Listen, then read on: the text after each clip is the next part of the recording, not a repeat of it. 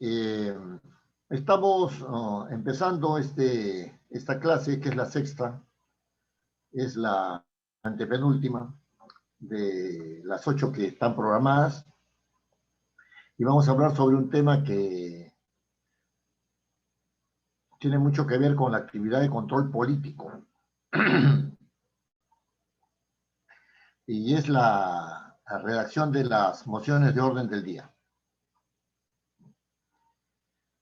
Las mociones de orden del día, digamos, haciendo un poquito de recuerdo de su utilización, eh, básicamente tenían que ver, como ya se ha dicho, con la función de control político, pero esta idea del control político no necesariamente era la única, ¿no? Y la función política propiamente dicha también entraba a tallar, ¿no? Cuando habían ocasiones en las cuales tenía que darse un debate político, ¿no? Por algún problema nacional o de implicancias de carácter nacional en el Parlamento, ¿no? Y esto sucedía tanto en la Cámara de Senadores como también en la Cámara de Diputados. Después del año 1992, con la Constitución del 93 y el reglamento que entró en vigencia el año 1995, el actual reglamento del Congreso, las mociones de orden del día se han reducido más bien a la función de control político, a favorecer la función de control político, y han dejado de lado un poco la función netamente política, ¿no? Esto se entiende porque ha habido una reducción drástica del debate parlamentario, y no digo del debate legislativo, digo del debate parlamentario. Es decir, ya se discute muy poco se discuten muy poco los proyectos, tanto en comisiones como en el Pleno, ¿eh? Se discuten poco, ¿no? Y las cuestiones de control político se discuten mientras se está iniciando la acción de control político y cuando termina la acción de control político, porque generalmente las comisiones que tienen que ver con esta función, ¿no? Con el ejercicio de esta función, tienen muchas veces regulada el secreto, ¿no? El secreto o la reserva en las reuniones parlamentarias, ¿no? De las comisiones correspondientes. Entonces, por supuesto que no hay debate político. Temas políticos que se han debatido específicamente en el Congreso han sido temas o relacionados con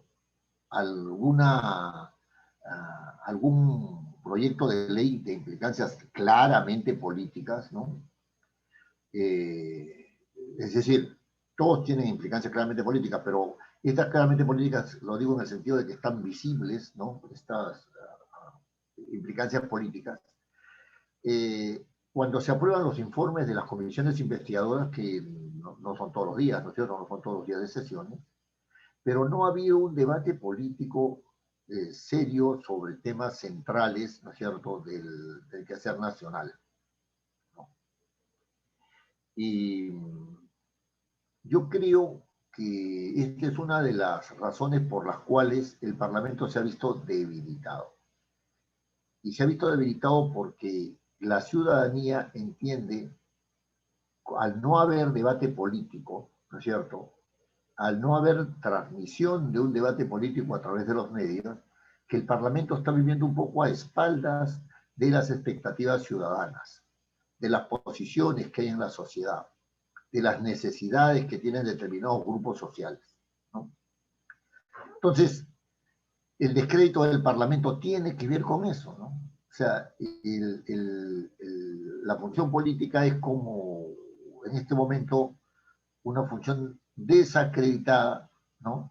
Socialmente, entre otras razones, porque los actores políticos pues cometen una serie de errores y se descubren una serie de componendas, latrocinios o concursos de intereses no legales, etcétera, ¿no? pero no solamente por eso, sino porque el Parlamento como institución no tiene pronunciamientos políticos, ¿no? No tiene pronunciamientos políticos. Y cuando digo no tiene pronunciamientos políticos, lo que estoy queriendo decir, ¿no? Es que hay un alejamiento del Parlamento en este aspecto, en este aspecto respecto de los problemas que son más sensibles en la sociedad.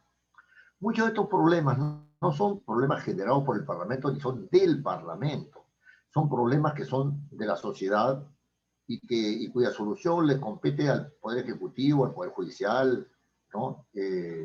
A organismos públicos descentralizados, a organismos constitucionales autónomos que no realizan bien sus funciones, etcétera, etcétera, etcétera. Y bueno, la incultura ciudadana también hace que se vea pues que no hay ninguna preocupación del Estado, ¿no?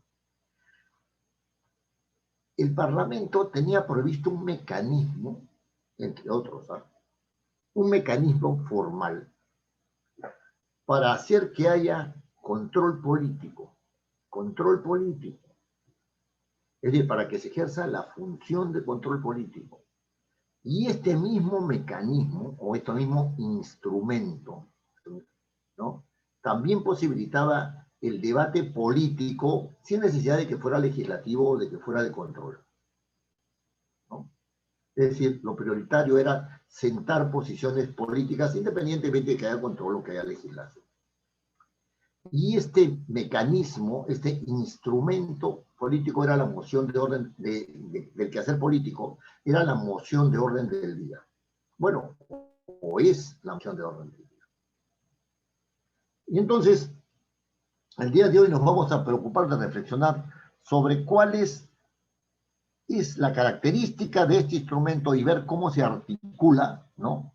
Para ver cómo es que hay que redactarlo, ¿no? Porque las mociones de orden del día siguen teniendo una función un poco más limitada que en otros parlamentos, ¿no? Como ya vengo expresando, sobre todo por la ausencia de debate político, ¿no? Pero es un instrumento que ciertamente tiene una función, ¿no? Que es importante dentro del Parlamento.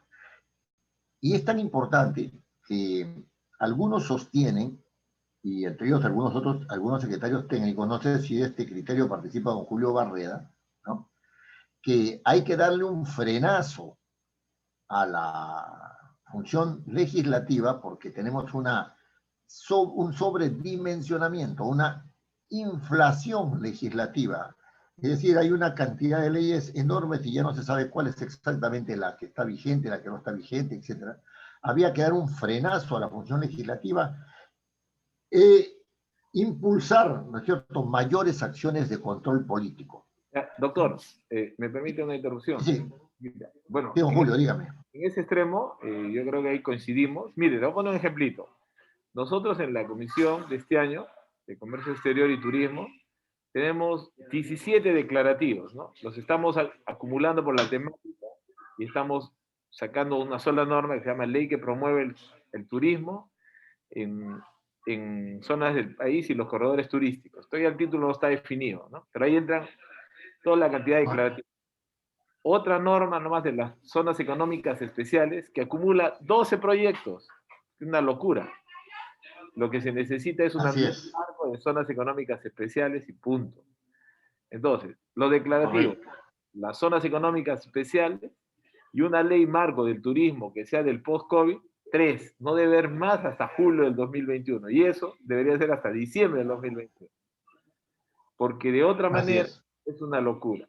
Entonces, el problema que venimos padeciendo siempre es que en nuestras sesiones de pleno hay proyectos declarativos casi el 80% que se llevan horas, debates, y las comisiones no toman temas macro de la temática de las mismas, ¿no? O sea, son muy parciales en sus dictámenes, y al final genera lo que usted conversa, lo que nos explica, ¿no? De la hiperinflación legislativa.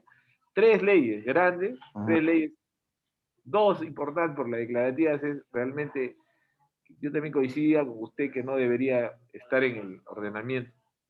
Punto. Entonces, eso es el objetivo, porque hay una voluntad política desde su presidencia de hacer ese marco. Pero a veces nos encontramos en el transcurso del ejercicio de la profesión que hay otros presidentes que prefieren la aritmética y no la calidad, ¿no? También sucede. Así es, así es, así es, así es, así es. O sea, a la acumulación, ¿no?, de sus proyectos para después decir que presentaron 80 proyectos durante su función legislativa, ¿no?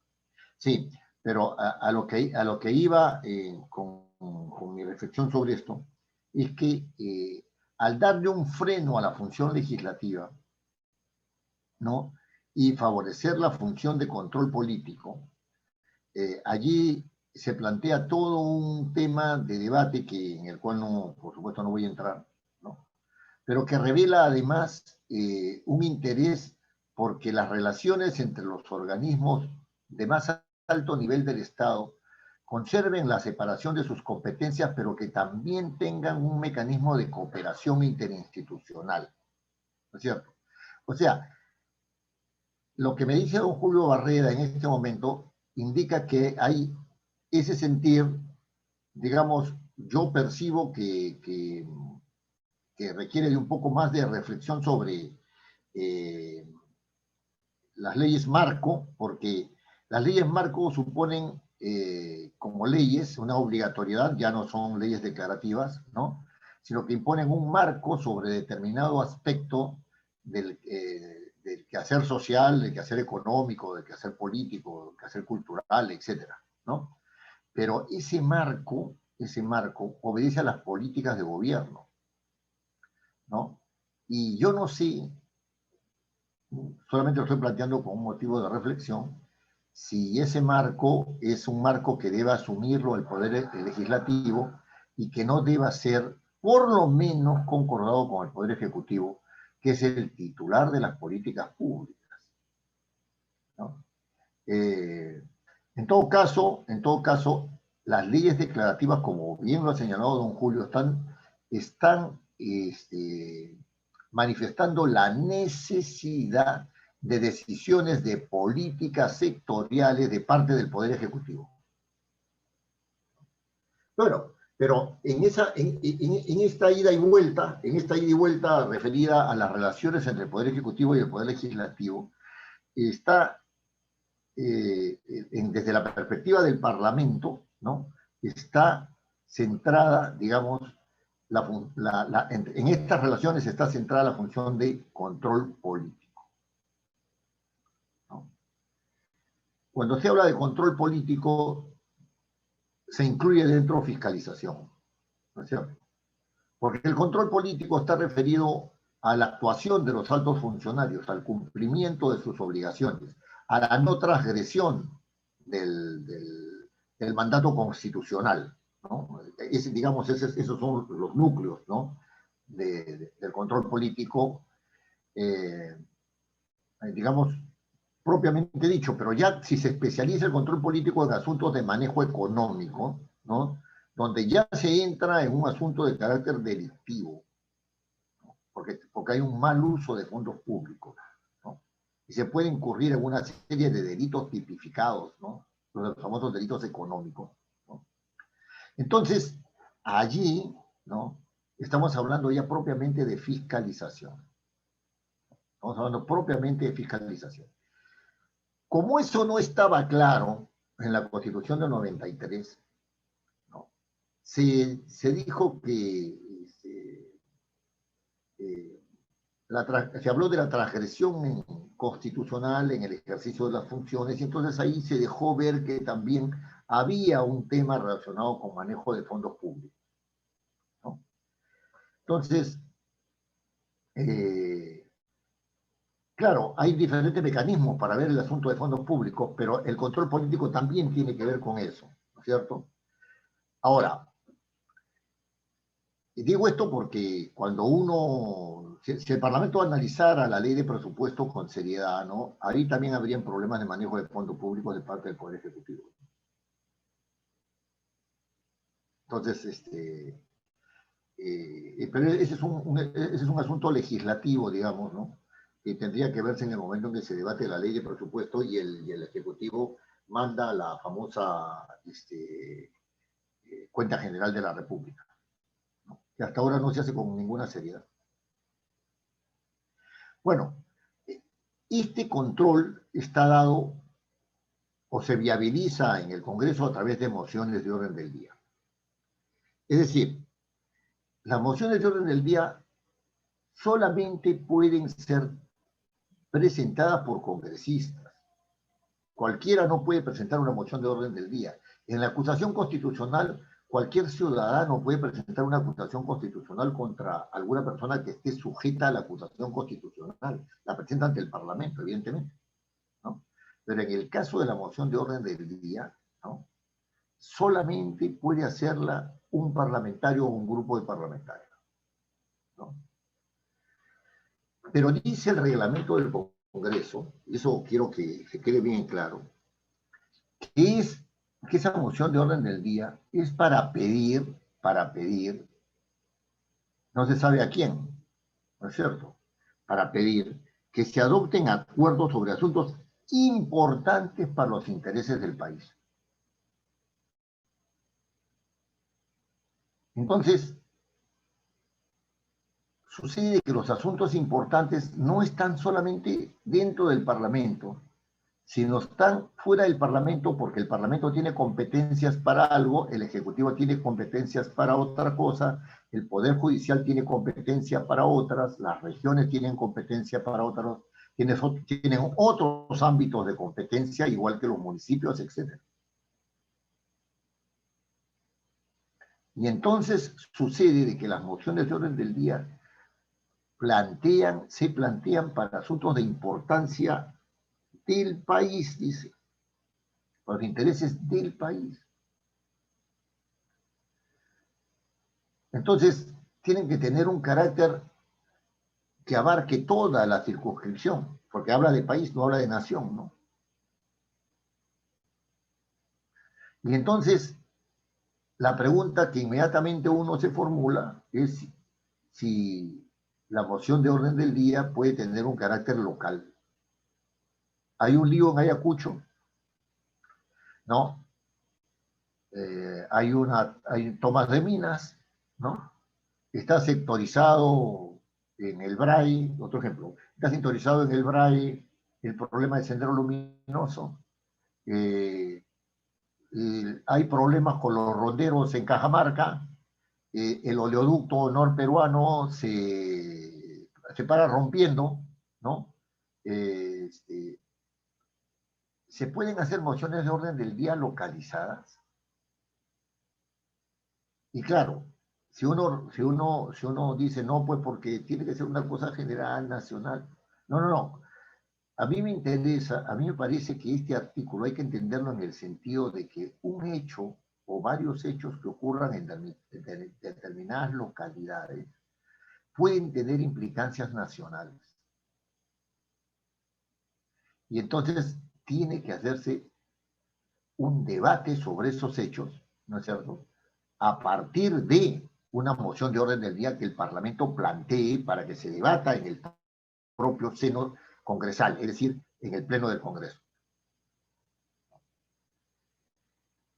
Ahora,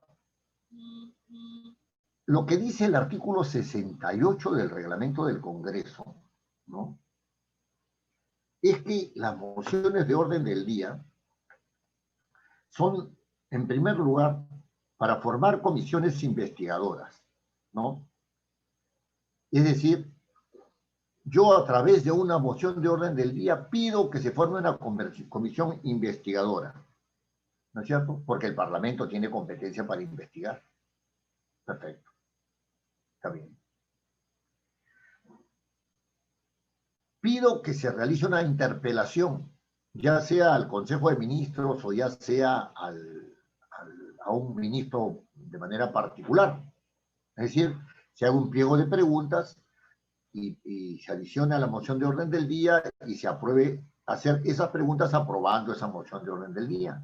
¿No es cierto? Acuerda interpelar al ministro tal, ¿no? Puede también pedirse que se censure al Consejo de Ministros o que se censure a un ministro, también se puede pedir eso.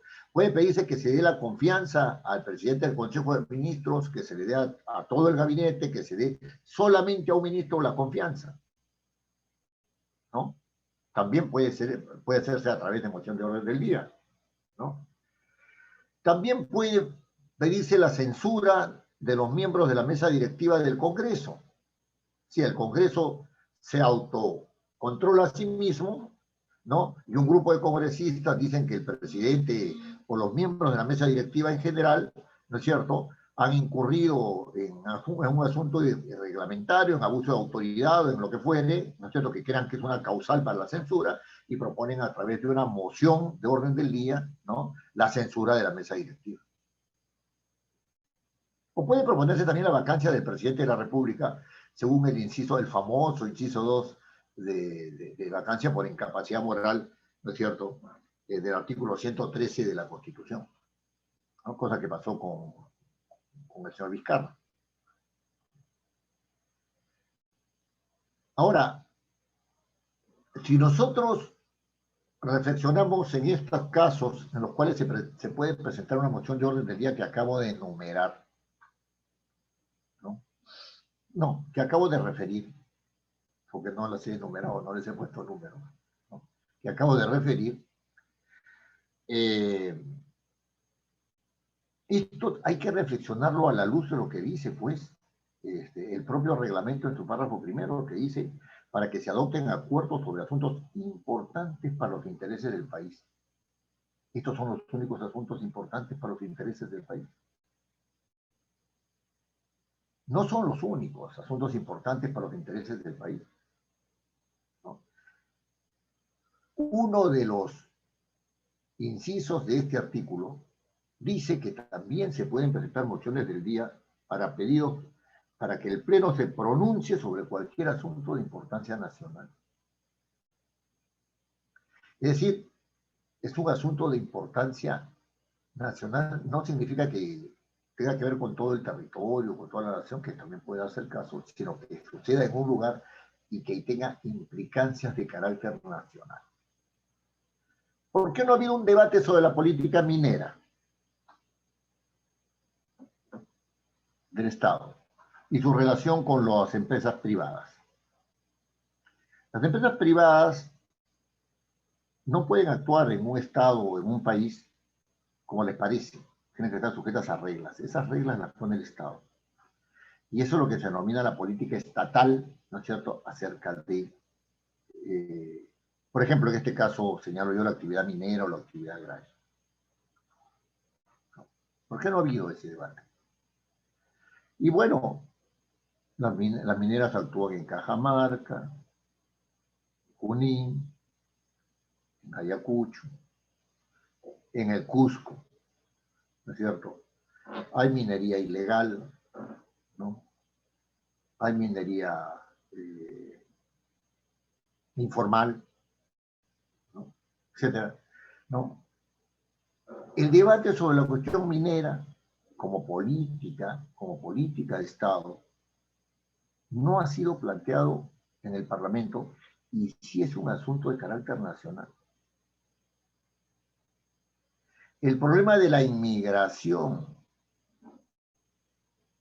que se ha dado de Venezuela, ¿no?, y que se puede prever que va a venir de Argentina y también de Chile, ¿no?, al Perú, es algo que también que debe ser objeto de debate. Acá está, pedido por el Pleno, que no es sobre cualquier asunto de importancia nacional.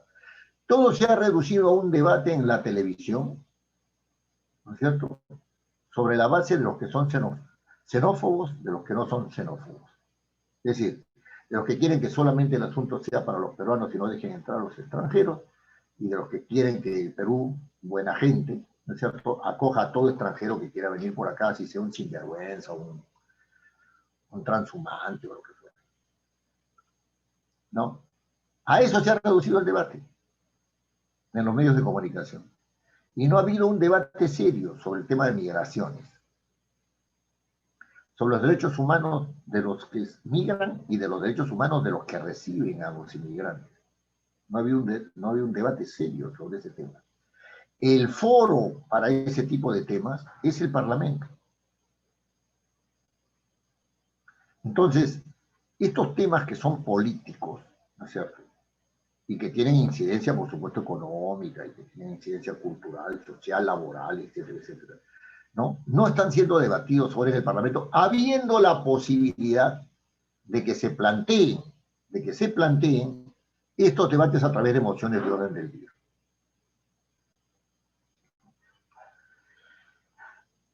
Es decir, la moción de orden del día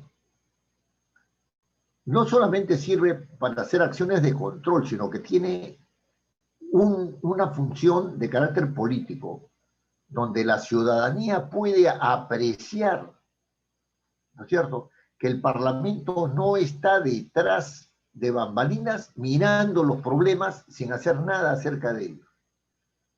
¿Y para qué se da ese debate? No solamente es un desfogue, ese debate también se da porque el Poder Ejecutivo tiene que estar atento a lo que piensa el Parlamento sobre las políticas que él debe implementar. Sobre el asunto de las vacunas no ha habido ningún debate en el Parlamento. ¿No? Sobre el asunto de la política frente a la ola del COVID, a esta manera de enfrentar el COVID, tampoco ha habido un debate en el Parlamento. El debate se está dando en las calles. Personas como yo piensan que debemos recluirnos, ¿no es cierto?, por un tiempo para no dejarle espacio al virus, y otras personas, como el señor Belmont, ¿no es cierto?, hacen un meeting, ¿no?, promocionando evidentemente su candidatura al Congreso, ¿no?, pero a la vez diciéndole a la población de que no está bien que nos recluyamos, ¿no es cierto?, que tenemos que hacer nuestra vida conviviendo con el virus y sabiendo qué cosa hacer para protegernos de él, que no es una forma adecuada la que estamos haciendo. Como estos debates no se dan en los centros políticos, ¿no es cierto?, ni en los órganos como universidades, etcétera, no se está dando este debate, ¿no? Sencillamente se ha trasladado el debate a las calles, y las calles han empezado a gobernar en lo que Polibio denominaría la oclocracia, es decir, el poder de la muchedumbre. Entonces se bajaron a un presidente en razón del poder de la muchedumbre, que nunca es toda la muchedumbre, sino que es una parte de la muchedumbre con capacidad de movilización. Entonces, básicamente, yo quiero insistir en este asunto, no solamente del control político, sino del debate político, porque independientemente de que se hayan inhibido, ¿no es cierto?, los debates, esto se ha hecho con una intención determinada, sin medir las consecuencias. El debate ha sido reducido a 5 minutos de intervención por cada congresista. 2 minutos, ¿no? A 1 minuto si es que hay una moción para oponerse, ¿no? Y entonces eso ha ridiculizado totalmente, pues, la presencia de los congresistas, ¿no? Y muchos de ellos son atacados en razón de su ignorancia cuando en realidad no han tenido ni posibilidades de expresarse, ¿no? Esta no pretende ser una defensa del Parlamento, sino que los hechos producen eso, pues. El tema del debate, es decir, el no conocimiento de que existe un instrumento para el debate político y para el control político, ¿no?, ha hecho que solamente se limite a algunos asuntos de control político. Y la moción de orden del día, ¿no es cierto?, es algo que se ha dejado de lado, ¿no?, que está ahí para crear comisiones investigadoras, para interpelar a algún ministro cuando se ocurre una interpelación, o para llamar a un ministro para invitar, y ahora ni siquiera se invita a los ministros al pleno, sino que se les invita a comisiones, porque hay una parte del reglamento que dice que basta con que la comisión acuerde y lo comunique a la mesa directiva para que se pueda emitir el oficio de invitación al ministro, y el ministro va y se pasea con los congresistas en las comisiones, porque saben que las comisiones no tienen capacidad de sanción. Es decir, de la presencia del ministro en una comisión no se puede generar una moción de censura, no se puede generar una interpelación, etcétera, etcétera, etcétera. No se puede. En el pleno sí. Entonces el Parlamento, desde este punto de vista, está debilitado. ¿Cómo se hace una moción de orden del día?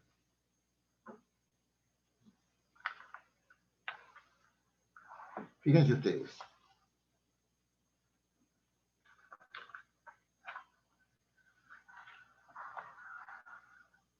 A ustedes les ha llegado un formato, ¿no es cierto? Que yo los he enviado hoy día, ¿no? De un formato. En primer lugar, hay una fórmula introductoria, ¿no? Que dice: el congresista que suscribe en razón de lo dispuesto en el artículo 68 del reglamento del Congreso, presenta a consideración del Congreso lo siguiente, ¿no? O la siguiente, y sigue moción de orden del día. Y esta fórmula introductoria, evidentemente, tiene que ser completada, porque, por ejemplo, la conformación de comisiones investigadoras, ¿no?, está basada en el artículo 88, inciso A, de la Constitución, que es desarrollada por el artículo 68 del reglamento del Congreso. ¿Qué dice el artículo 88A de la Constitución? Dice lo siguiente.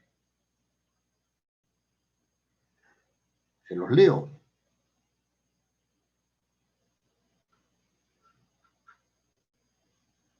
Un momentito. Información de comisiones investigadoras. Perdón, 88A del reglamento. Disculpen ustedes, ¿eh? Es 88A del reglamento, ¿no? ¿Qué dice el artículo 88A del reglamento?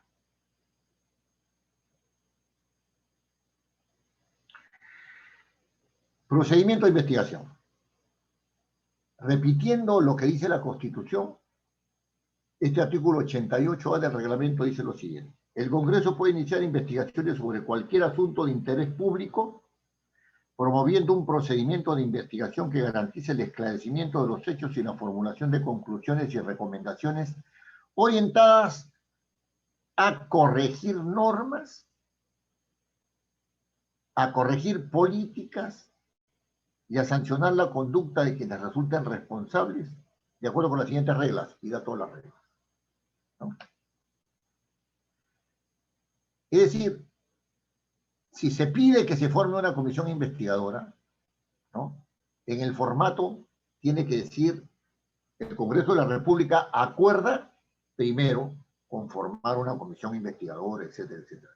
Y si no hay segundo, sencillamente se quita la palabra primero y dice: conformar una comisión investigadora sobre este asunto, y ese asunto tiene que ser un asunto de interés público. Nada más.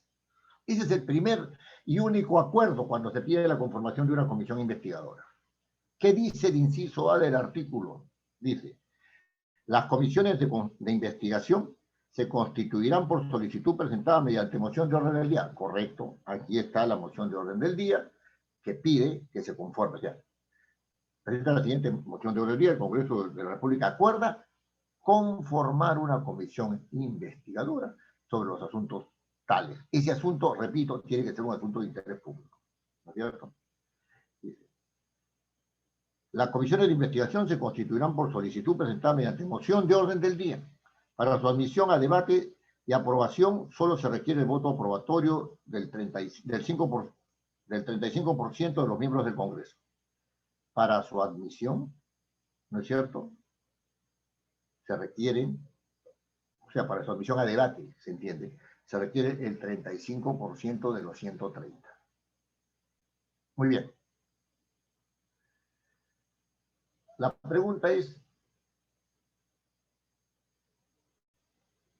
quién puede pedir una comisión investigadora? Un congresista, dos congresistas, un grupo parlamentario, etc. Muy bien, la presentan, ¿no es cierto?, según el formato que estamos explicando, ¿no? Y la ponen en la orden del día de la sesión. En ese orden del día se pone a debate la admisión de la moción. Y entonces acá dice, para su admisión a debate y aprobación, solo se requiere el voto aprobatorio de 35% de los miembros del Congreso. ¿Por qué 35% del número de congresistas total? Porque este es un derecho de las minorías. Ese es el punto. Nada de que el 50 más 1, de que los 4/5, no. Acá es 35% y nada más, porque dice solo, ¿no? El 35% porque ese es un derecho de las minorías. Pero ese es el tema de admisión, ya es un tema de procedimiento, ya no viene al caso. ¿No es cierto? Se presentó la moción de orden del día. Muy bien. Aquí vale la pena reflexionar un poco. Porque cuando uno va a proponer una comisión investigadora, según el artículo 79 de la Constitución, voy a confirmarlo porque siempre me confundo entre el 79 y el 97. ¿Ya? Voy a confirmarlo. Según el artículo 97, ¿ven? Según el artículo 97 de la Constitución, el Congreso puede iniciar investigaciones sobre cualquier asunto de interés público. ¿No es cierto? Así empieza. ¿Qué cosa es el interés público? Rápidamente, los más interesados en que no se les investigue dicen que un asunto de interés público tiene que ver con un asunto que tiene que ver con el quehacer de los órganos del Estado. Porque allí se plasma el interés público, nosotros somos de interés privado.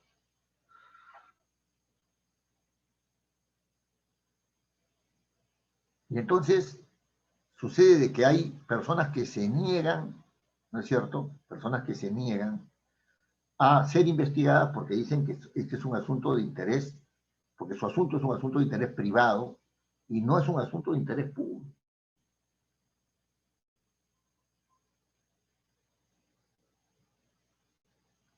Si se forma una comisión investigadora para las políticas mineras,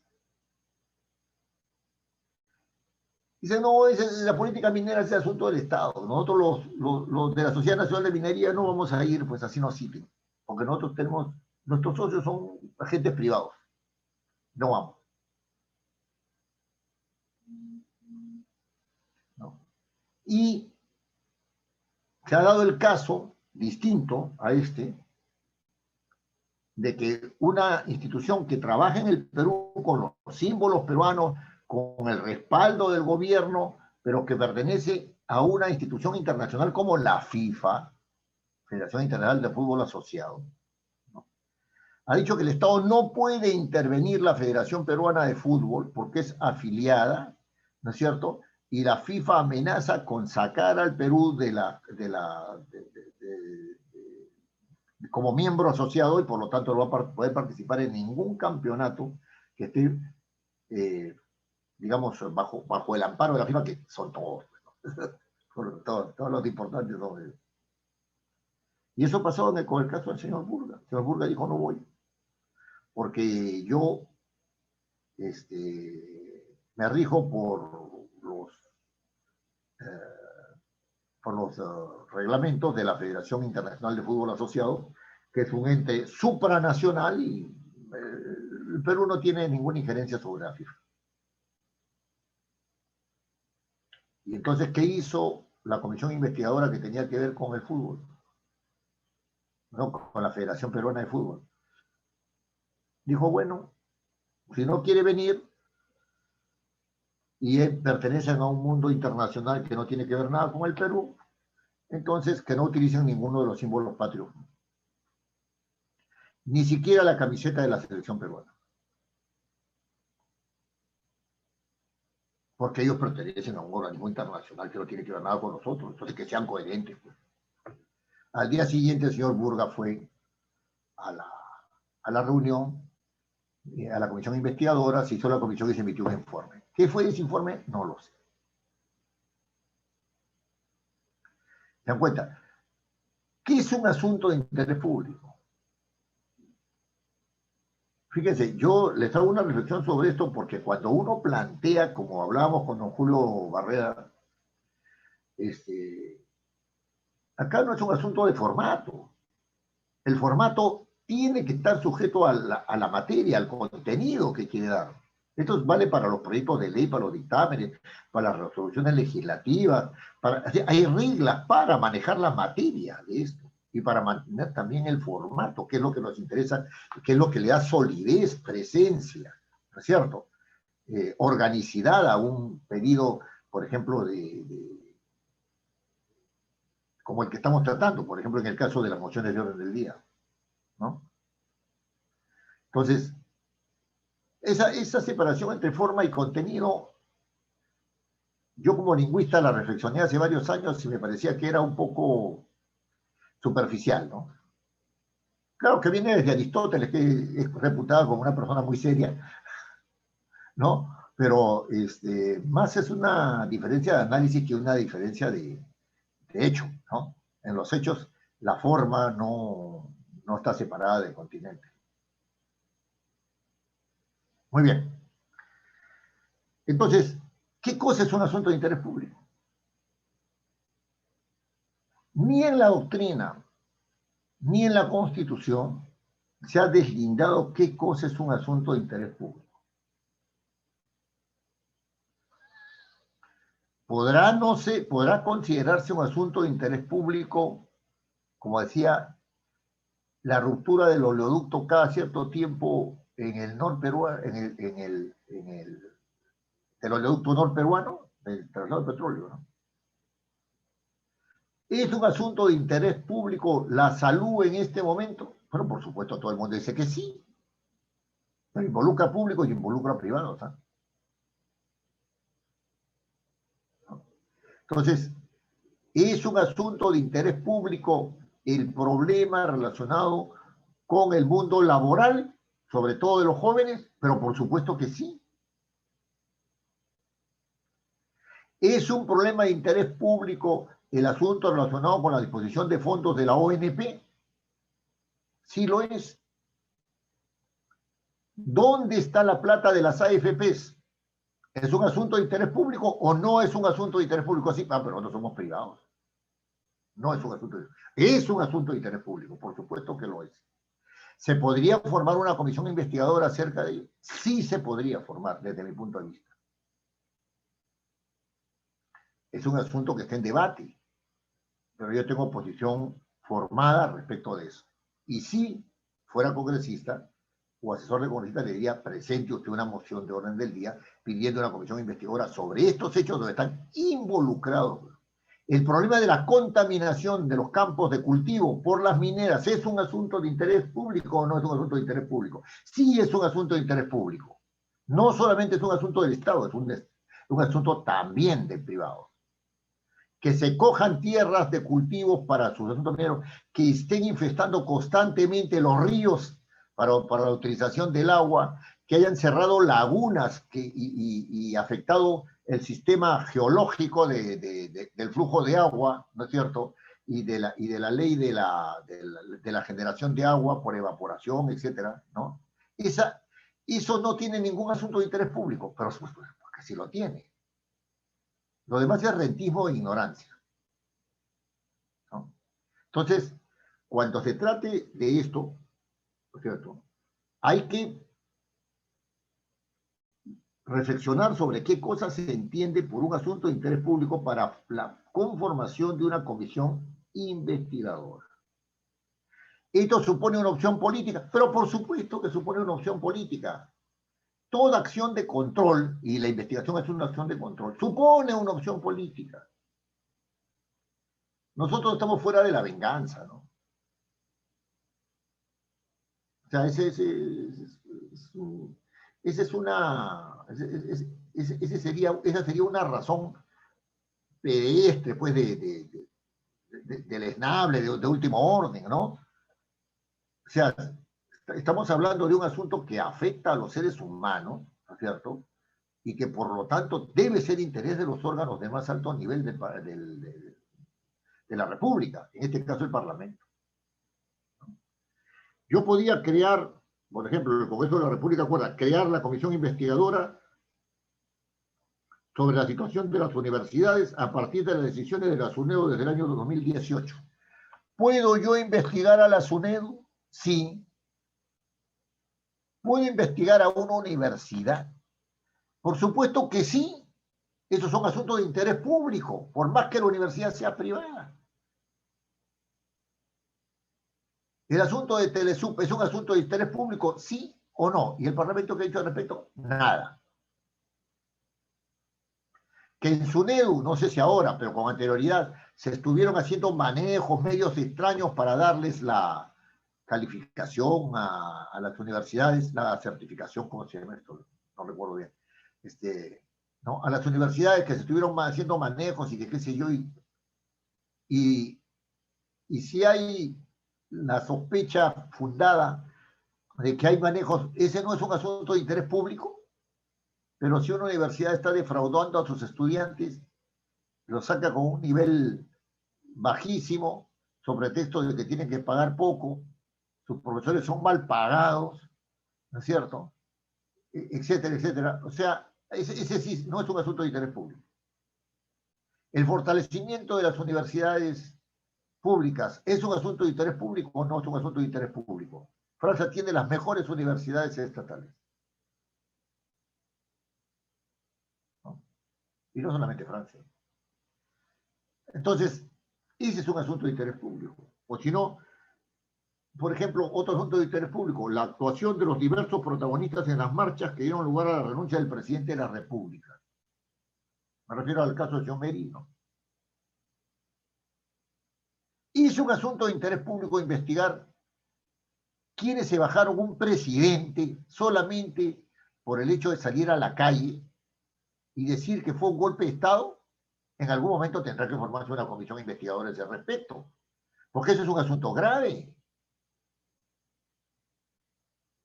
Si quieren formar una comisión investigadora para decir que el señor Vizcarra fue vacado ilegalmente, ¿no es cierto? Cosa que, por supuesto, digo que no, que fue vacado constitucionalmente, ¿no? Tendrán todo el derecho a hacerlo. Porque es un asunto de interés público vacarse a un presidente, ¿no? Estos debates, ¿no es cierto?, que debía haberse dado en el Parlamento, ¿pueden conducir a una comisión investigadora? Sí, pueden conducir a una comisión investigadora. No puede volverse a dar el caso de que porque hay una movilización popular se vayan a bajar un presidente. Eso no lo hace la masa, lo hace la masa conducida. ¿Quiénes fueron los que bajaron a un presidente de la República? Con pretexto de que había un golpe de Estado. ¿No? Eso merece una investigación. No había ni siquiera un debate sobre eso. Y no lo va a haber sino quizás en el próximo Parlamento. El señor Vizcarra cerró o no cerró bien el Parlamento. ¿Por qué lo cerró? ¿Es un asunto de interés público? Sí, es un asunto gravísimo, no digo grave, cerrar un parlamento para la democracia. Es gravísimo. No se puede cerrar un parlamento. En el Perú se han cerrado los parlamentos con golpes de Estado declarados como tales. ¿Se podrá alguna vez formar una comisión investigadora sobre ese asunto de interés público? Se podrá, pues. Se podrá. Se puede formar una comisión investigadora sobre un asunto de interés público donde la CONFIEP tenga que ver, pero por supuesto que sí. ¿Qué tiene que haber visto la CONFIEP en los últimos conflictos agrarios o mineros? Nada. Sería una ingenuidad pensar eso. Sería una ingenuidad. Los asociados a la CONFIEP tienen que ver pues, con la actividad minera, con la actividad agraria, ¿no? etcétera. Y esos son asuntos de interés público. Los asuntos de interés público involucran al sector estatal y al sector privado.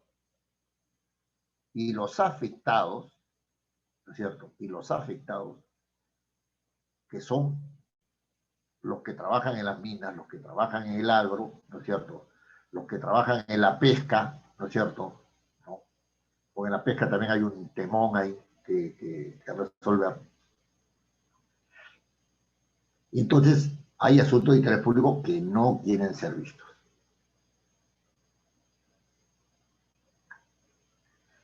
Bueno, es más lo oculto que hay que lo que realmente sale a la palestra, pero los tiempos están como para que salgan más cosas a la palestra. Este es en el caso de la formación de comisiones investigadoras, y yo he querido hacer una reflexión sobre el asunto de interés público, porque cuando uno plantea una comisión, la conformación de una comisión investigadora, ¿no es cierto? No solamente tiene pues que decir, ¿sabe que acá hay un problema? No, no, no.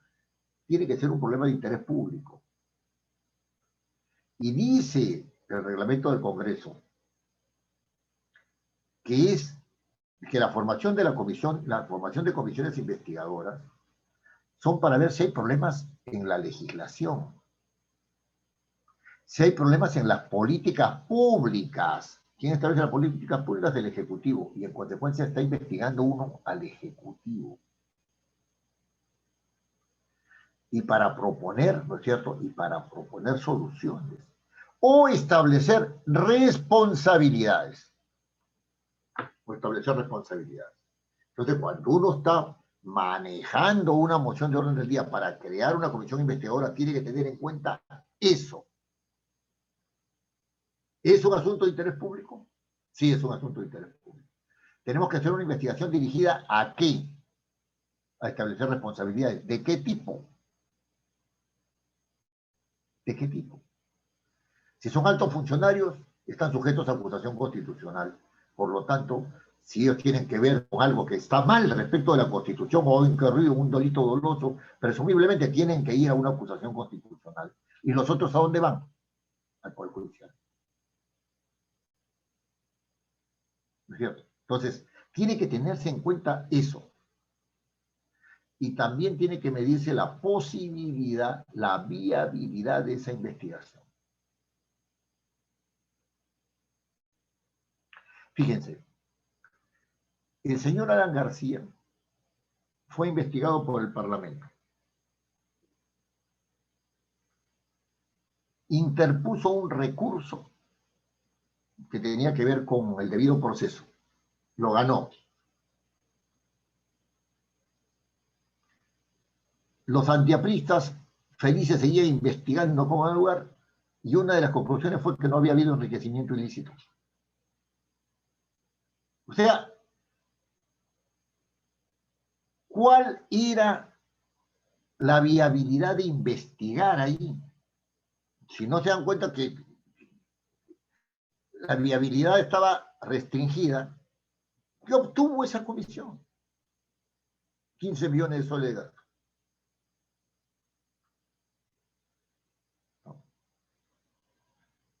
Entonces, ahí hay que sopesar bien la correlación de fuerzas.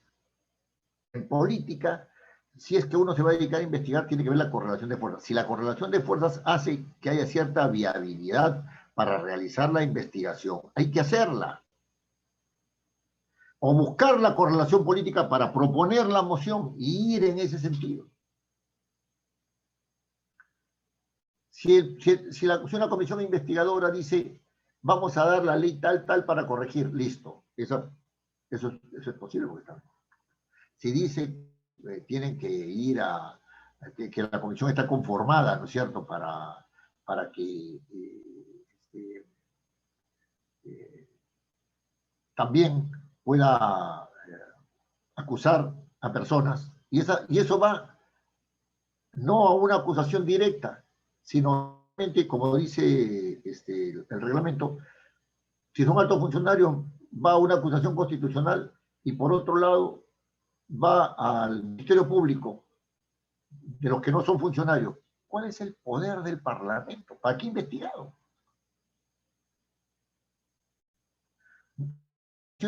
no hay sanción directa. Entonces, ¿qué es lo que se pretende con una investigación? Y eso hay que pensarlo antes de proponer la moción de orden del día.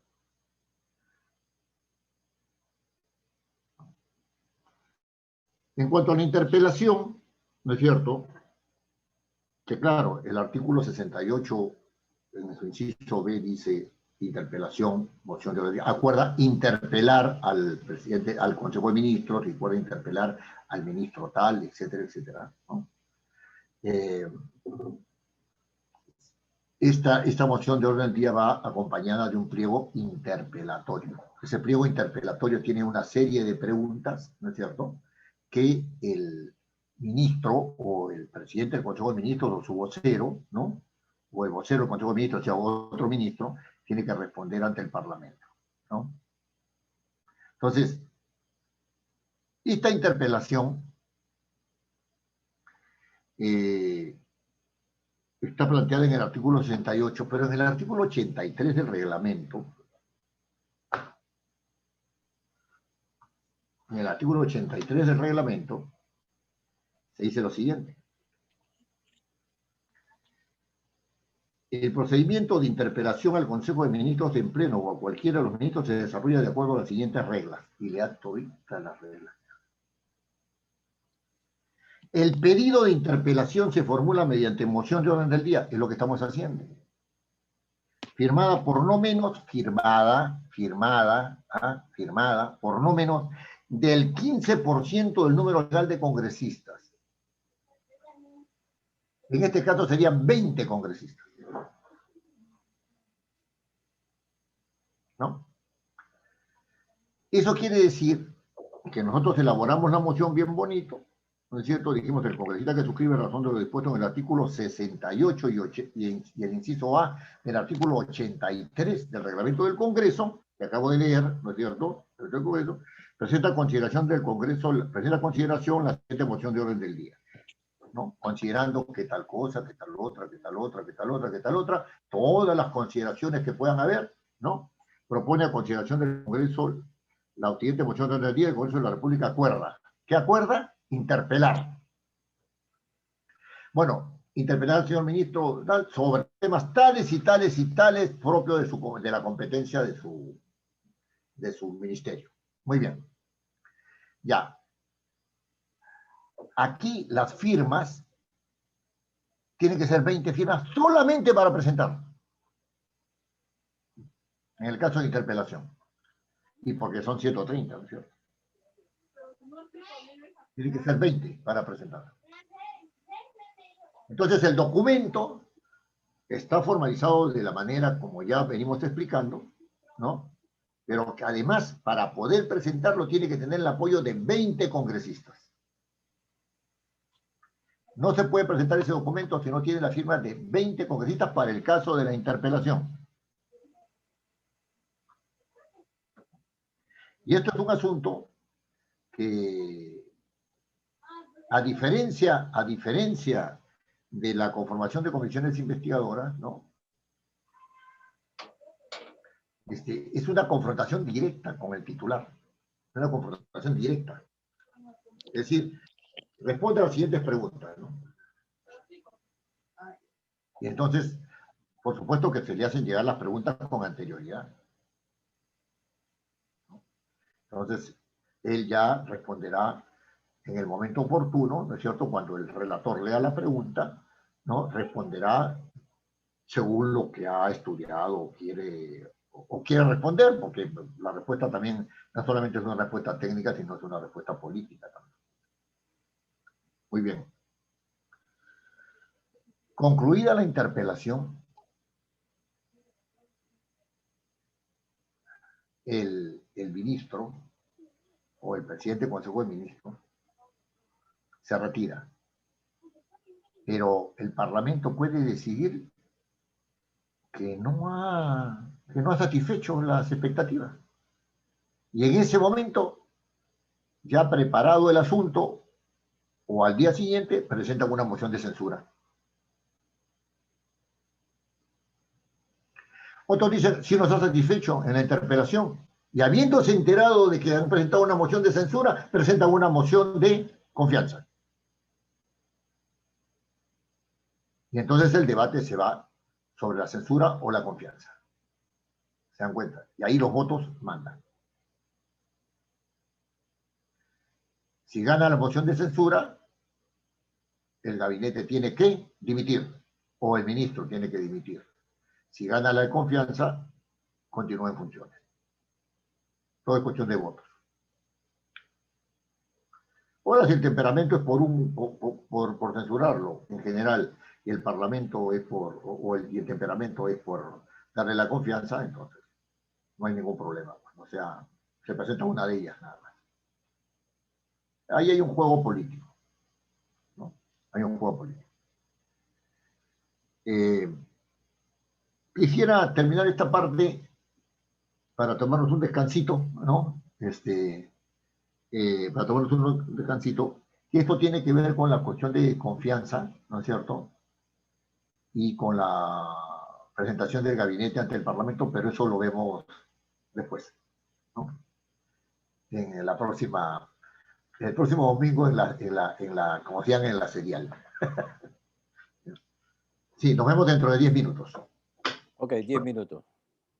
10 minutos. Oiga, hace calor, ¿eh? Hace calor.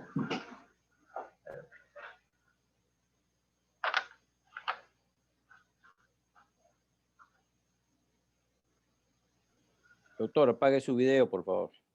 Sí, en este momento, en este momento. En este momento.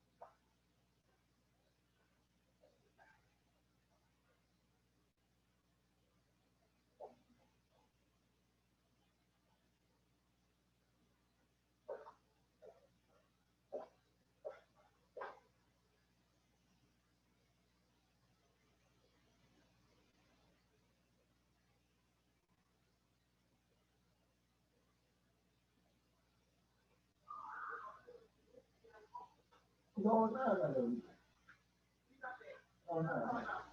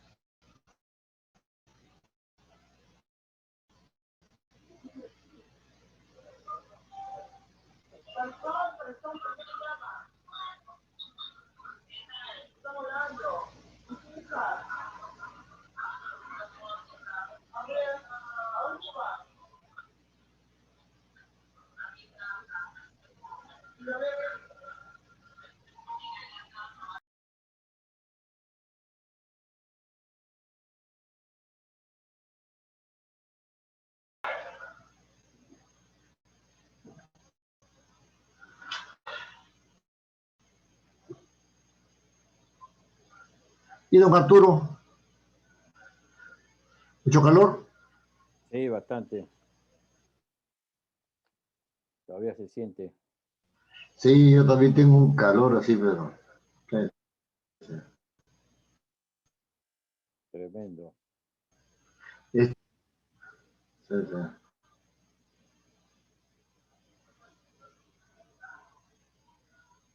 Este tema de las mociones de orden del día es un tema bien, bien interesante porque tiene que ver con las acciones de control político, pues, ¿no?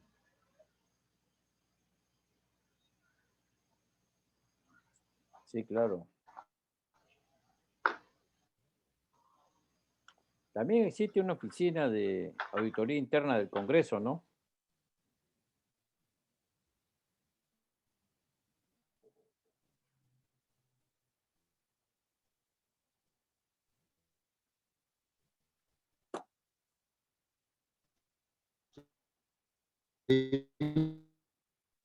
No, nosotros buenas tardes, doctor. Doctor, buenas tardes. Doctor Oviedo. Señor, buenas tardes. Doctor Oviedo, buenas tardes. ¿Cómo está? Buenas noches, buenas noches.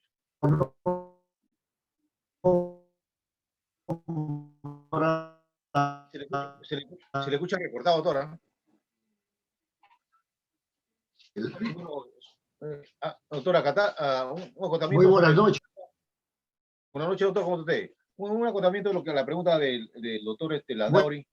Si en el Congreso existe una oficina de, ¿cómo se llama?, de fiscalización, ¿no? Como dijo, pero no recuerdo lo que acreditaba decir, pero sí existe asesoría jurídica, que ve temas de... Ya. La donde vas a hablar.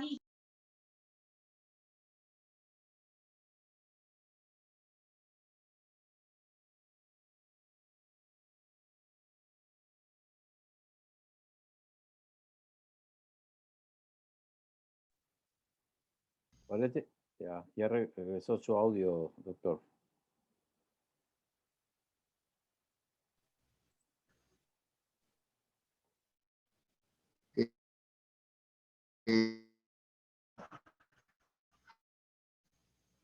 No sé qué pasó. La señal está muy baja y se va el Sí, audio, se está va. baja. Yo he bajado el video por lo que mi señal dice que está baja. Yo tengo una repetidora acá a unos Producto de metros. calor. Puede Sí, ser. felizmente, felizmente. Sí. ¿Continuamos, don Arturo? Adelante. Ah, gracias, gracias. Muy bien. Y habíamos quedado en que por medio de las mociones de orden del día también se podía otorgar o denegar la confianza, ¿no es cierto?, tanto al gabinete como a los ministros. Y claro, aquí se dan una serie de posibilidades. La primera posibilidad es que el gabinete se presente ante el Parlamento en razón de la disposición constitucional que lo obliga a presentarse al Parlamento a los 30 días de haber juramentado. Y allí dice la Constitución que el presidente del Consejo de Ministros, con todo su gabinete, ¿no?, se presenta, hace su exposición acerca de la política que va a implementar su gabinete, la política de gobierno, y hace de la presentación cuestión de confianza.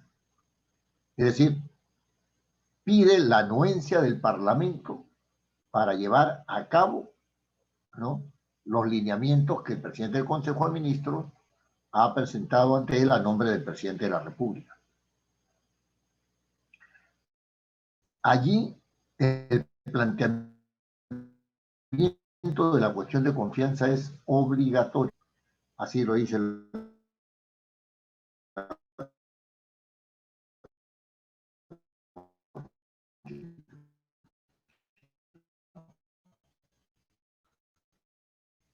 Parlamento. No, el Parlamento le negó la confianza. Si le da la confianza, no hay absolutamente ningún problema, ¿no? Cuando el gabinete cae, tiene que ser reemplazados todos los ministros. Se ha interpretado de que algunos pueden ir a otras carteras, etcétera. Bueno, ese es un debate de otra índole, porque no hay norma clara al respecto.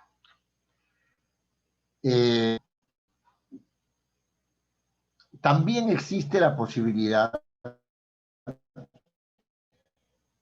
de que sea un asunto de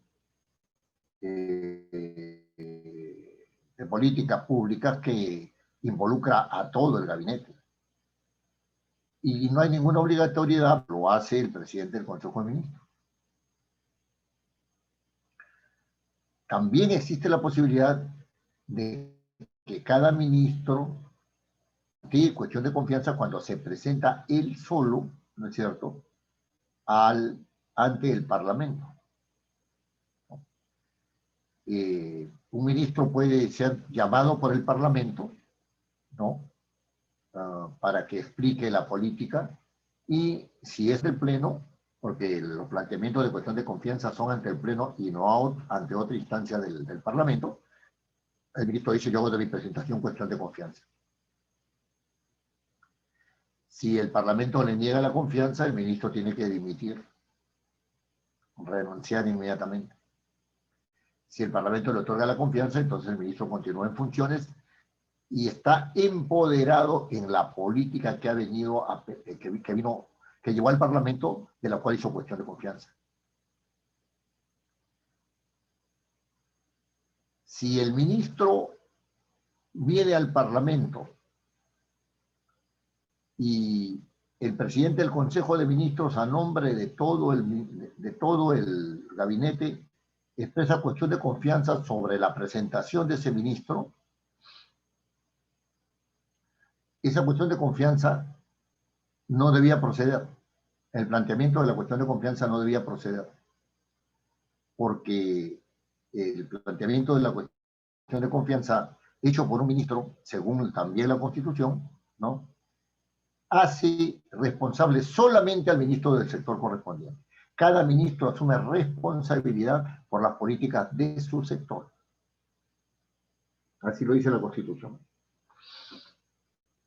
De manera tal que cuando, no recuerdo qué presidente del Consejo de Ministros hizo cuestión de confianza de la política educativa sobre género, ¿no?, que estaba defendiendo la ministra de Educación de ese entonces, el Parlamento no supo defenderse y decir: no procede una cuestión de confianza a nombre del gabinete por una cuestión de carácter sectorial que solamente le compete al ministro según el artículo 134 de la Constitución.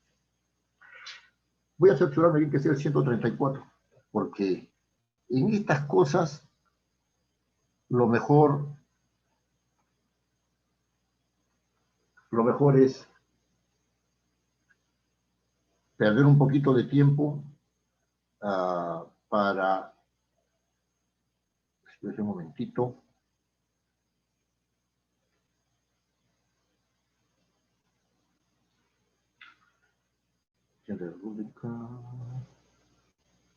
No, no es el 134.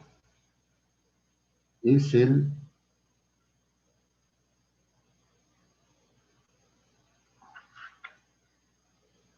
¿132? A ver, si me ayuda usted, a ver, el 132. No, esto se me ha ido. Bueno, lo encontraré y se lo remito por el WhatsApp. Pero lo cierto es que en la Constitución dice que el ministro responsable, sino por las políticas que son propias de su sector. Él es individualmente responsable, dice la Constitución. Entonces, si el Consejo de Ministros hace cuestión de Estado por una política de Estado de un sector, esto, según la Constitución, es improcedente. Muy bien. Este tema ha dado lugar al planteamiento, pues, de la disolución del Congreso por el presidente de la República, ¿no? En razón de que se había negado 2 veces confianza al gabinete ministerial, ¿no? A todo el gabinete.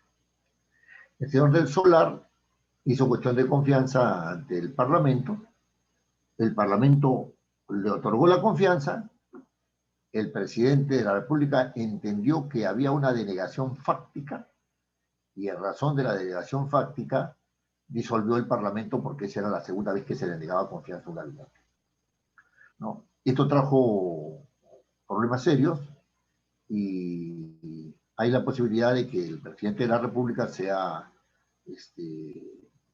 encausado constitucionalmente por haber incurrido en un supuesto que la Constitución no contempla, porque la delegación o es expresamente dada por el Parlamento o no es expresamente dada por el Parlamento, en el cual le daría la confianza, y como no hubo denegación tácita, ¿no es cierto?, o fáctica, como dice el presidente de la República, ¿no? Como esa figura no existe, entonces el Congreso estuvo muy mal disuelto, y eso puede dar lugar a una seria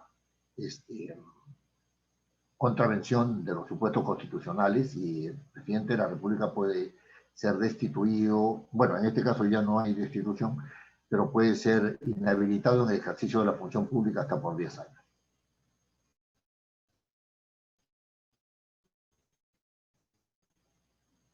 Esto va a depender. Otro de los aspectos que me parece que debemos, sobre los que debemos hacer una reflexión, es sobre este acto por el cual, a través de una moción de orden del día, se puede censurar, o sea, pedir la censura de la mesa directiva. Esto ya no es un acto de control interórganos, o sea, de un órgano a otro, sino es un acto de control intraórgano, o sea, el Parlamento se controla a sí mismo. Y la presentación de una moción de censura de la mesa directiva, del presidente o de sus miembros por separado, ¿no?, implica una opción política. Es decir, acá no se va a vacar al presidente por medio de la censura, no se va a vacar al presidente si ha muerto, si está enfermo, no. Se va a vacar al presidente porque un grupo del Parlamento, ¿no es cierto?, entiende que el comportamiento del miembro de la mesa directiva o de toda la mesa directiva es un comportamiento que no se ciñe a las reglas de juego política. Si el presidente no quiere pactar con nadie, o sea, no quiere hacer correlación de fuerzas, ¿no? Y decir, bueno, este asunto sí, este asunto no, etcétera, etcétera, e impone constantemente a su autoridad en razón de que tiene un grupo parlamentario fuerte de apoyo, ¿no? Todos los otros miembros pueden unirse para que avalúe una moción de censura diciendo que es totalmente autoritario. No es que, digamos que los criterios que pueden tener pueden ser discutibles, pero se forma ese criterio. ¿Se dan cuenta? Es un criterio de carácter político, ¿no? Y la mesa directiva, ¿no es cierto?, queda en entredicho. Ahora, en el reglamento del Congreso se dice que todas las mociones de este tipo, ¿no?, las mociones de censura, tienen que tener una etapa de admisión. Es decir, se presenta la moción, cualquiera que sea la moción de orden del día, cualquiera, ¿no? Y tienen una etapa de admisión. Para ser admitido se requiere tanto, para ser, etcétera, ¿no? Muy bien, una etapa de admisión. Entonces, en este caso de la moción de censura, ¿no? No debería caber admisión. O sea, no debería votarse si se admite o no se admite, sino que debía procederse inmediatamente. ¿Por qué? Porque los que plantean la moción de censura son pares con el presidente. El presidente no es superior a ningún otro congresista. El presidente es el primero entre los pares, tiene capacidades directrices, etcétera, etcétera, etcétera. Pero es un congresista tan igual como otros, con algunas atribuciones especiales, porque así lo ha determinado el Pleno del Congreso en su elección. Correcto. Pero si hay un criterio de que está manejando mal el Parlamento, un criterio político de que está manejando mal el Parlamento y se le clava una moción de censura, entonces esa moción de censura debe proceder inmediatamente. El presidente o los que van a ser censurados, si es que toda la mesa se deben retirar, ¿no es cierto? El más antiguo el más votado de los congresistas de ese que quedan en la sala tiene que presidir la sesión solamente para procesar la moción de censura. Si la moción de censura después de un debate arroja que el presidente cesa, entonces tiene que haber elecciones. Si sucede que la mesa directiva cesa, tienen que haber elecciones. Si cesa un miembro de la mesa directiva, cualquiera que sea, tiene que haber elección para ese cargo, ¿no? Entonces, ese hecho, ¿no? Ese hecho hace que el reglamento del Congreso debería tener en cuenta que se trata de un caso de control interno y que por lo tanto no hay admisión ahí. O sea, propone un grupo, es un derecho de las minorías, ¿cierto?, proponer una censura a la mesa y debía procesarse inmediatamente, se gane o se pierda, ¿no? No es el caso de una censura a alguien que no es del Parlamento, que podría ser el propio presidente de la República, que podría ser uno de los ministros. ¿Cierto? Muy bien. Fíjense, así como, y este es digamos, el manejo de la moción de orden del día, ¿no?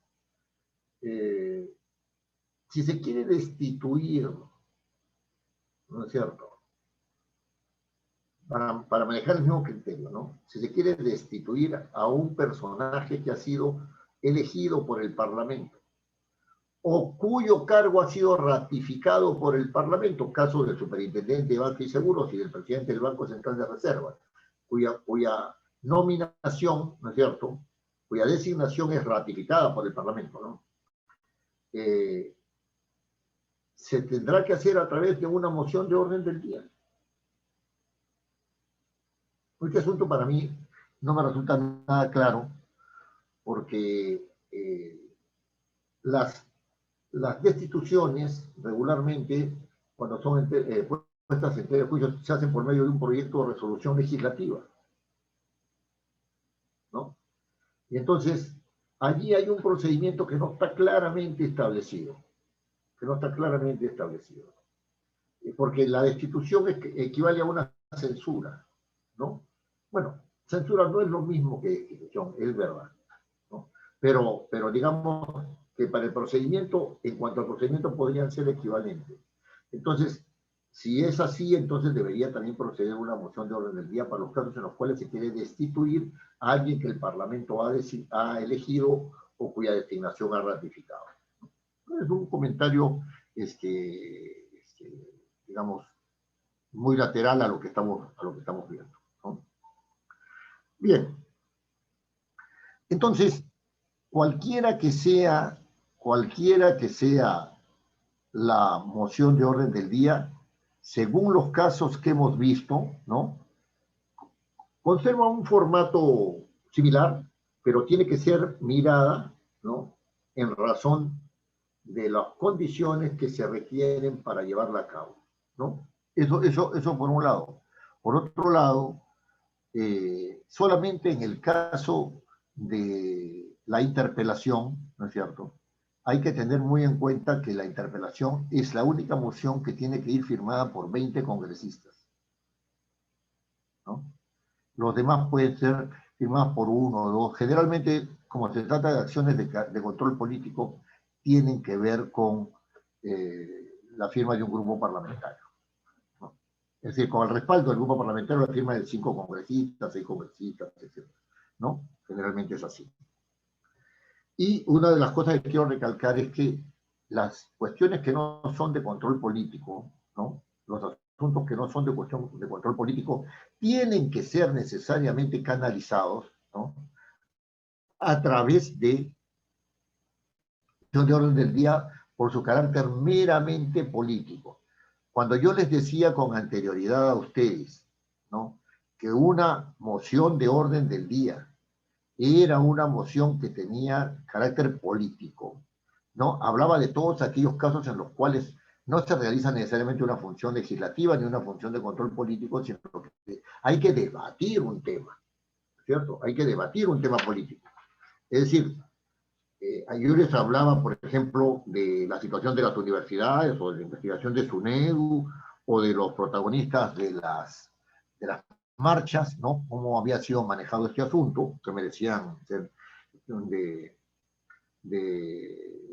objeto de la creación de una comisión investigadora, pero también pueden ser tranquilamente objeto de un debate político, ¿no es cierto? Y entonces, por ejemplo, esta decisión presidencial, ¿no? Del nombramiento, de la destitución de 18 generales de la Policía Nacional, ¿no es cierto? No ha sido objeto de ningún debate del Parlamento, ¿no? El asunto ha quedado como que ellos se van a defender, que en algún momento regresarán, ¿no es cierto? Que esto ha sido una afrenta para la policía, que no se ha seguido la línea de mando. No, los medios han dicho de que también había necesidad de limpiar la policía para colocar a alguien que fuera, ¿cómo se llama?, menos corrupto, sin haber hecho ninguna acusación de corrupción, y todo ha quedado en ese mundo en el cual no se sabe cuál es el problema ni cuál es la solución. No ha habido debate. El Parlamento no se ha preocupado por eso, ¿no? Y, por ejemplo, las decisiones gubernamentales, me refiero a las decisiones del Poder Ejecutivo sobre el asunto del proyecto del aeropuerto de Chincheros, ¿no? Se ha acusado al presidente de que está interesado en el asunto de Chincheros, que tiene algunas conveniencias, de que se ha también dicho que técnicamente el asunto de Chincheros no procede. Hay informes, evidentemente, técnicos serios, en un sentido, sobre todo en el sentido de que no es el lugar adecuado para hacer un aeropuerto, pero también hay informes de carácter político que indican que sería muy bueno y se apoyan en lo que tengan que apoyarse, y los empresarios que quieren invertir ahí hacen todo lo posible para que... Total, ha quedado el piso aplanado, literalmente, en esa zona de Chincheros, y no se sabe si se va a hacer un aeropuerto o no se va a hacer un aeropuerto. Lleva 50 años. ¿Es un asunto de interés nacional o no? Sí, sí es un asunto de interés nacional. No hay ningún debate. No hay ningún debate. Es decir, no se está aprovechando el plano político y la posibilidad que dan las mociones de orden del día para el debate político. Muy bien.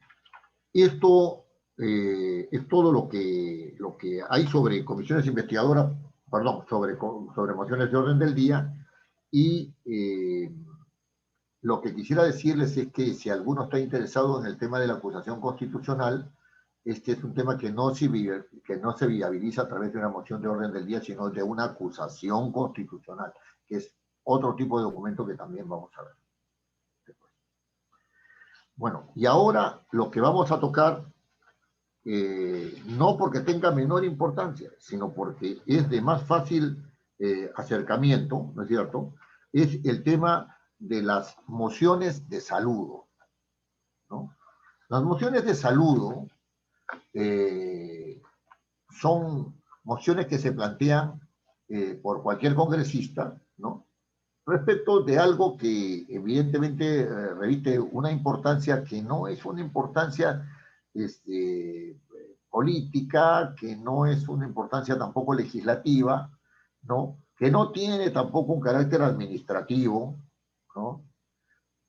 Sí tiene un carácter político, pero en el sentido amplio del término, en el sentido de festejo, ¿no?, de festejo de saludo, ¿no? Algunas veces es un poco un saludo también, no solamente por un acto feliz, sino también por un acto luctuoso, ¿no? Una moción de pesar, ¿no? Una moción de pesar también puede existir. Esas están contempladas como mociones de saludo, ¿no? Y en el reglamento del Congreso se habla de ellas como de menor importancia. Y la verdad que en este artículo 68, en su último párrafo, de menor importancia. Y esa manera de tratar las mociones de saludo es una manera de tratar que no tiene en cuenta la función representativa del Congreso. Los congresistas son elegidos por una determinada circunscripción y realizan sus saludos, ¿no es cierto?, digamos, a esa circunscripción y a las circunscripciones aledañas, etcétera, ¿no?, en razón de un vínculo que tienen con ella. ¿Cómo un puneño no va a saludar al departamento de Puno por la fiesta de la Candelaria? ¿No es cierto? Es decir, ese es algo impensable, ¿no? ¿Cómo no se va a señalar, a saludar a Arequipa por la fiesta del 15 de agosto? O a Huánuco por la fiesta del 15 de agosto, ¿no? Algunos saludan por las fiestas patronales que coinciden con la creación española de la provincia o del distrito, ¿no?, y no necesariamente con la creación republicana, ¿no es cierto? Otros tienen saludos políticos. Yo recuerdo, ahora ya no se estila tanto, yo recuerdo cómo habían saludos al partido aprista por los 60 años de o por su aniversario, y igual al Partido Comunista del Perú, no al Partido Comunista Patria Roja, ni al Partido Comunista de Sendero Luminoso, no, para eso no ha habido saludos, ¿no? Pero al Partido Comunista del Perú sí, ¿no es cierto? Y se reconocía en los alcaldes, en los secretarios generales de esos, a los presidentes de estos, del Partido Popular Cristiano, por supuesto que sí, también al Partido Demócrata Cristiano cuando existía, también se les saludaba, ¿no? Y había un clima de mutuo respeto ahí, ¿no?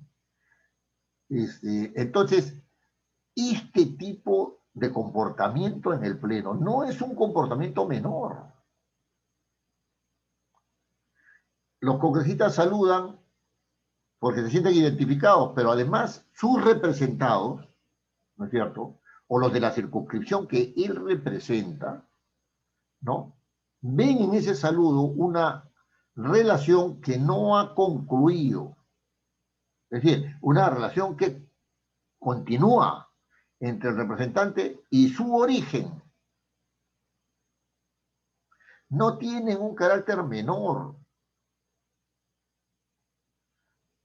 Lo que sucede es que el Parlamento no puede decir que tiene más importancia dar leyes, controlar o discutir políticamente que saludar amablemente, ¿no? O mostrar el pesar de alguien por la muerte de fulano de tal, ¿no? Entonces, ese tema es un tema de vínculo con la sociedad que se ha venido menospreciando, que antes no se menospreciaba porque las mociones de salud eran aprobadas por el Pleno. Ahora resulta que solamente se dice que las mociones de salud son tramitadas por el Pleno cuando son leídas en el Pleno del Congreso por disposición del presidente, ¿no? Y cuando no son leídas por el Pleno, sencillamente las tramita el Consejo Directivo y la firma uno de los vicepresidentes. A veces el oficial mayor. La transcribe, ¿no? La transcribe el oficial mayor. Entonces, ese tema es un tema que no hay que tomarlo a menos, ¿no? Porque es un tema, la relación con los grupos sociales, con la no con la ciudadanía, sino con estos grupos que tienen una cultura más o menos común, ¿no es cierto? Son lugares donde rebota rápidamente las cuestiones políticas. Alan García se preocupaba alguna vez, y eso lo dijo en público, por eso lo traigo a colación, de por qué el APRA no había logrado entrar en el sur.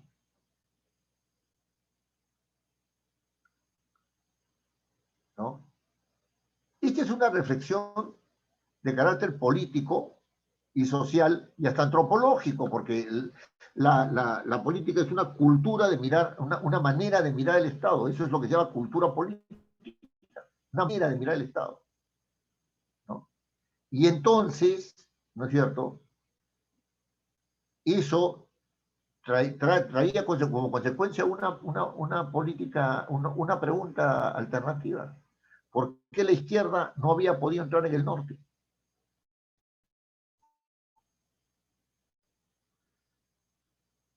Y también traía otra pregunta. ¿Por qué el Partido Popular Cristiano no había podido expandirse más allá de las fronteras de Lima, con algunas honrosas excepciones?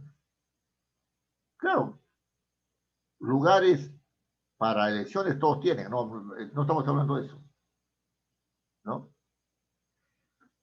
Entonces, ese tipo de preguntas implican una visión, ¿no? Implican una visión de relación con el pueblo. ¿Se dan cuenta? Entonces, por ejemplo, las fiestas patronales están muy ligadas, ¿no es cierto?, al poder económico, que financia las fiestas patronales, ¿no? Y si no es digamos, el principal mordomo, ¿no es cierto?, en algunos lugares, en otros lugares creo que se llaman los priotes, ¿no? Si no es el mayordomo el que tiene dinero, entre todos apoyan y se hace la fiesta patronal, ¿no? No saludar por una fiesta patronal es una cosa, pues, inaceptable de parte de la población respecto de sus representantes, ¿no? Implica el menosprecio de eso tiene consecuencias de carácter político, ¿no? Esto de este partido X no se entienden. No se entienden, o sea, no entienden qué cosa pensamos nosotros ni qué decimos. Y sí, en la universidad es bien fácil hablar de diversidad cultural, ¿no es cierto? De un país plurilingüe y pluricultural, etcétera, ¿no?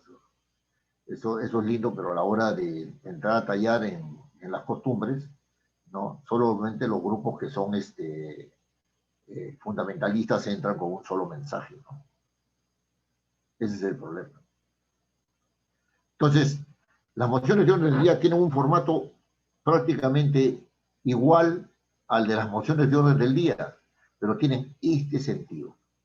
Y sobre en general, ya para terminar, ¿no es cierto? Ya para terminar, estas dos mociones, ojo, tienen una característica formal que es sumamente importante, ¿ya? La característica formal es la siguiente. No, los congresistas que suscriben, etcétera, etcétera, etcétera, ¿no? Estamos hablando del formato, ¿no?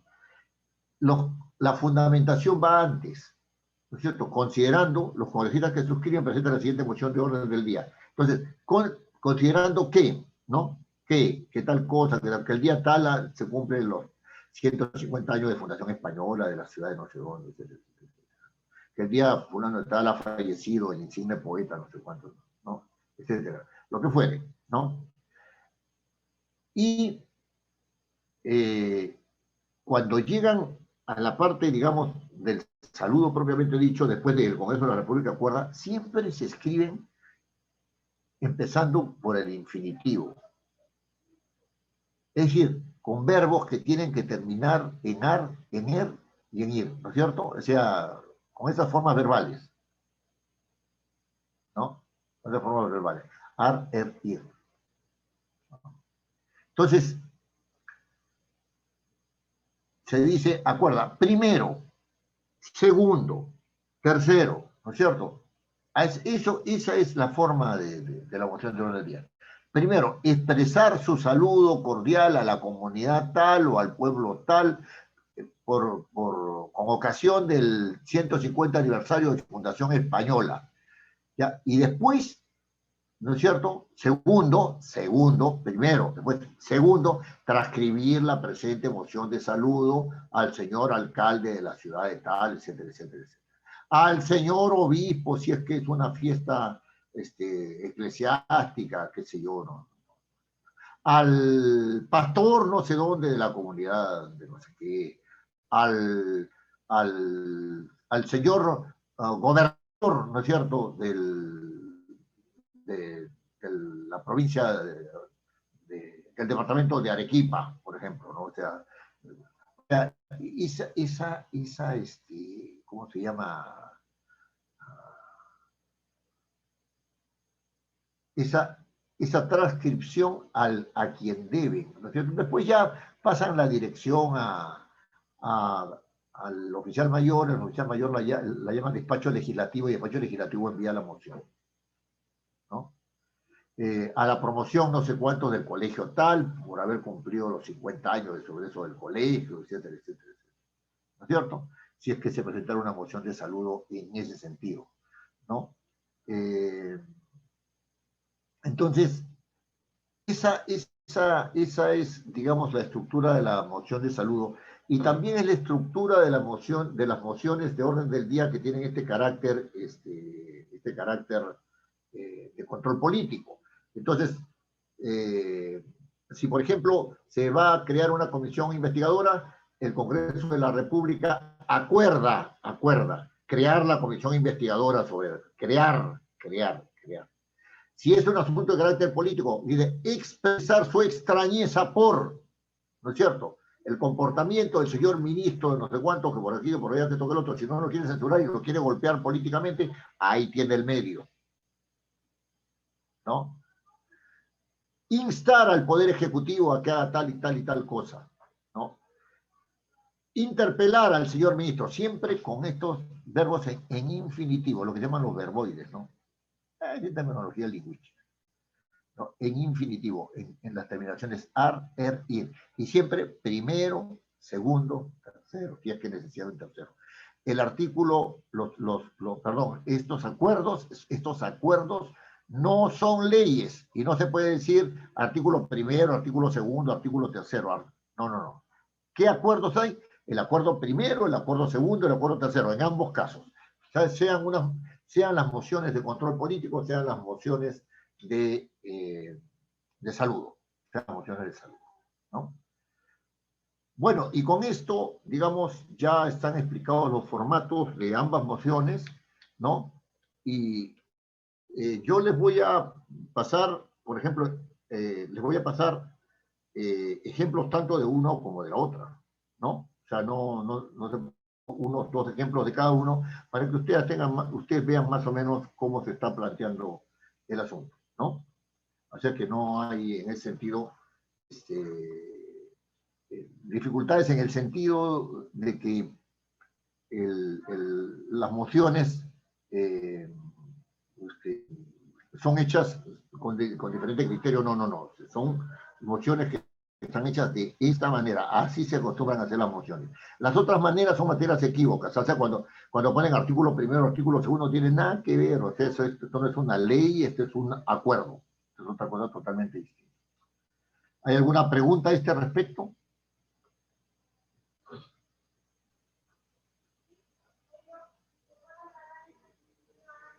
¿Alguna pregunta? Don Orlando Díaz está tomando chicha helada, dice, en su casa, porque hace mucho calor.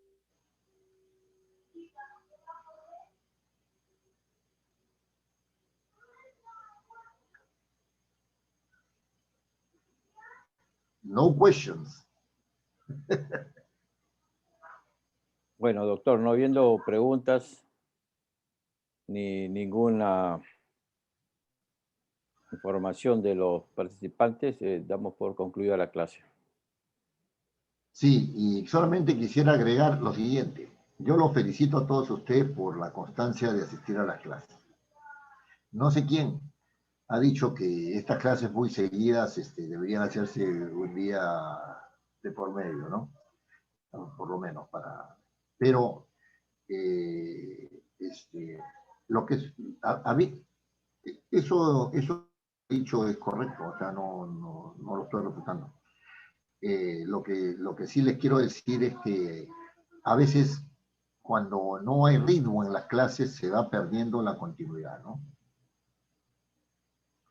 Al revés, cuando no hay continuidad se va perdiendo el ritmo y conocimiento de la materia, ¿no? Así que yo los felicito por el esfuerzo. Ahora tenemos sábado y domingo descansando, tendremos el lunes y el martes las 2 últimas clases y creo que no habría ningún inconveniente salvo que se acuerde de otra manera. El día miércoles estaría libre, pero el día jueves y el día viernes empezarían las entrevistas para terminar el curso, el viernes de la próxima semana, ¿no? Las entrevistas de evaluación. Así que lean sus clases, preparen bien sus materiales, revisen los textos perdón, las clases grabadas, las que se han podido grabar, porque habían habido algunos problemas Todavía no técnicos, las he bajado, la tercera y la cuarta. Correcto, entonces la tercera y la cuarta se subirán, las verán ustedes en el canal de Oviedo y Landaure, ¿no? Ahí las pueden ver, y si no, les pasamos el link también, y tendrán para prepararse pues en esta semana. Finalidad, ¿quiere usted hacer una pregunta? Buenas noches, doctor y compañeros. No, feliz porque las clases van a subir pronto y para volver a escucharlos, ¿no? Por eso aplaudía. Ya, ok. Sí, ya veremos qué curso viene, ¿ya? Ya veremos qué curso viene, se lo vamos a anunciar. Sí, con mucho gusto, con mucho gusto. Buenas noches. Muy buenas noches a todos. Buenas noches a todos. Sí. Buenas noches, doctor Oviedo y también doctor Arturo. La satisfacción es haber escuchado esta exposición que a mí me ha creado y ha despertado una nueva preocupación. Me parece que esto va a determinar una nueva investigación, que es muy interesante. Muchas gracias a ambos como a mis compañeros que siempre participan. Gracias. Buenas noches, doctores. Chao, Silvita. Hasta luego. Feliz fin de semana. Igualmente, señora Silvia. Buenas noches, compañeros y doctores. Buenas noches. Buenas noches.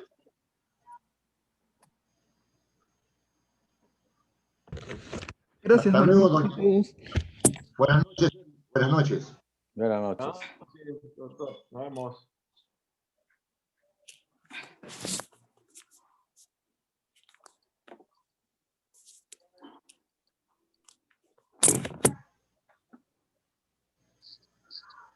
Tenga bonito fin de semana, doctor. Igual bandero limpio, no se olvide de comer su arroz con pato, ¿ah? No, ya fue ya arroz con pato, ya fue ya. Ahora vamos a comer choclito con su atún. Uy, ya está provocando usted ya.